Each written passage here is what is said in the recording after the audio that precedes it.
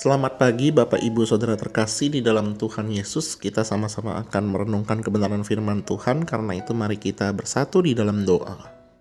Terima kasih Tuhan karena Engkau memberikan kami hari yang baru. Pada hari ini kami siap untuk mendengarkan kebenaran firman Tuhan. Kiranya Engkau yang berbicara kepada kami masing-masing.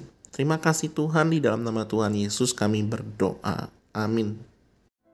Saudara, hari ini kita akan merenungkan kebenaran firman Tuhan dari Matius 26 ayat 17 sampai 35. Namun saya hanya akan membaca dari ayat 20 sampai 25 saja.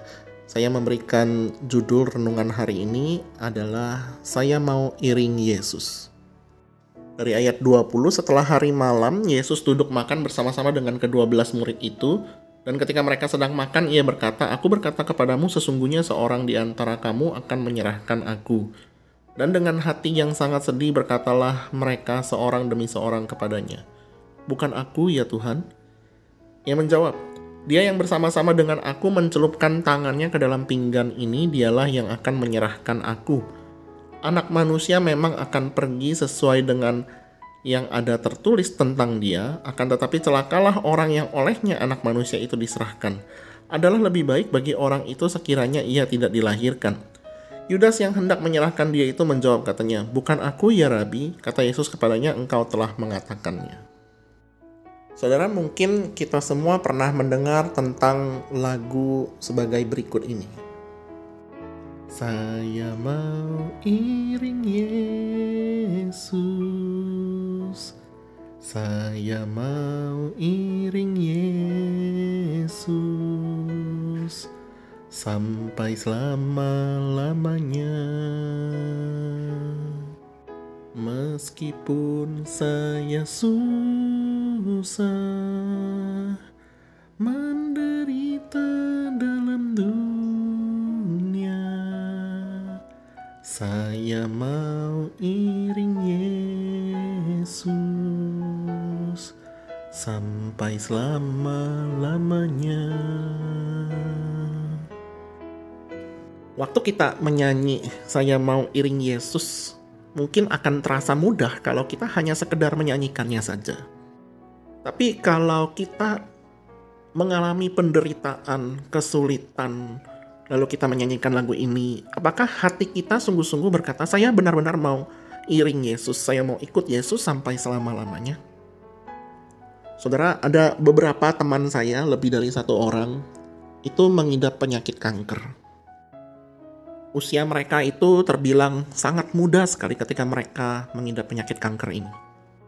Memang konteksnya beda-beda dan juga jenis penyakit kankernya juga beda-beda. Tetapi yang sama adalah penderitaannya. Ketika mereka mengidap penyakit kanker ini, mereka sangat menderita sekali. Dan mereka itu mengatakan kalau bisa, jika penyakit ini bisa cepat diselesaikan, saya mau untuk penyakit ini cepat diselesaikan. Persamaan kedua adalah saya melihat adanya iman dari orang-orang ini bahwa mereka itu tetap mau mengikut Tuhan Yesus sekalipun di dalam penderitaan mereka. Ketika seseorang mengalami penderitaan, pasti ada rasa tertekan dan stres yang muncul di dalam diri mereka. Demikian juga sebenarnya yang dialami oleh murid-murid Tuhan Yesus. Setidaknya mereka pernah mendengar di dalam kitab Injil yang dicatat bahwa mereka pernah mendengar 4 kali Tuhan Yesus mengatakan tentang pemberitahuan akan kematian dan kebangkitannya. Dan kemudian ketika mereka sedang dalam perjamuan Paskah, Tuhan Yesus memberitahukan lagi tentang kematiannya, bahwa ada seseorang di antara mereka yang akan menyerahkan Tuhan Yesus untuk dibunuh. Mereka semua tertekan karena mereka memfokuskan hanya kepada kematian Tuhan Yesus saja. Mungkin mereka juga sedih karena mereka berharap bahwa Tuhan Yesus yang dikadang-kadang menjadi presiden yang memerintah Israel, Tuhan Yesus yang mereka puja-puja itu akan disalibkan, akan dibunuh oleh pengkhianat di antara mereka. Tentu tujuan manusia tidaklah selalu sama dengan tujuan Allah. Mungkin kalau murid-murid bertujuan bahwa Tuhan Yesus ingin dijadikan seperti dengan presiden, tetapi Tuhan Yesus memiliki tujuannya sendiri. Tuhan Yesus datang ke dalam dunia dengan tujuan untuk menebus manusia supaya mereka yang percaya kepada Tuhan Yesus beroleh keselamatan. Tetapi supaya tujuan itu tercapai, maka Tuhan Yesus harus melewati kematiannya terlebih dahulu dan juga kebangkitannya. Maka jika seseorang hanya menekankan kepada kematian Tuhan Yesus saja, mereka tentu akan stres. Karena semua manusia tentu akan mati. Tetapi ketika peristiwa kebangkitan Tuhan Yesus itu terjadi, maka terjadilah yang namanya sukacita kepada orang-orang yang percaya kepada Tuhan Yesus. Orang-orang mungkin yang menyerang kekristenan biasanya mengatakan Tuhan Yesus itu benar mati, tetapi Tuhan Yesus itu tidak bangkit. Jika ada orang-orang yang mungkin terlalu lugu untuk percaya akan hal ini, mereka akan stres karena mereka akan percaya bahwa iman mereka itu salah. Tetapi bagi kita semua yang memiliki pengharapan dan juga kepercayaan bahwa Tuhan Yesus itu telah bangkit dan akan datang kembali, maka kita semua memiliki sukacita di dalam kehidupan kita.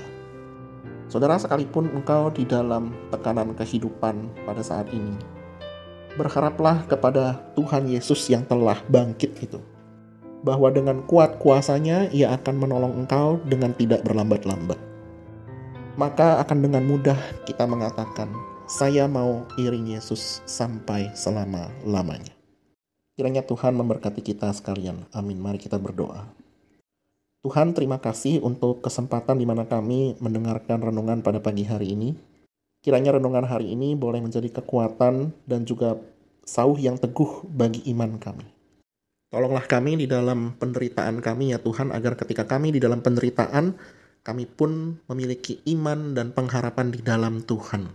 Terima kasih Tuhan, kiranya Engkau memberkati juga aktivitas kami sepanjang hari ini. Dalam nama Tuhan Yesus kami berdoa. Amin.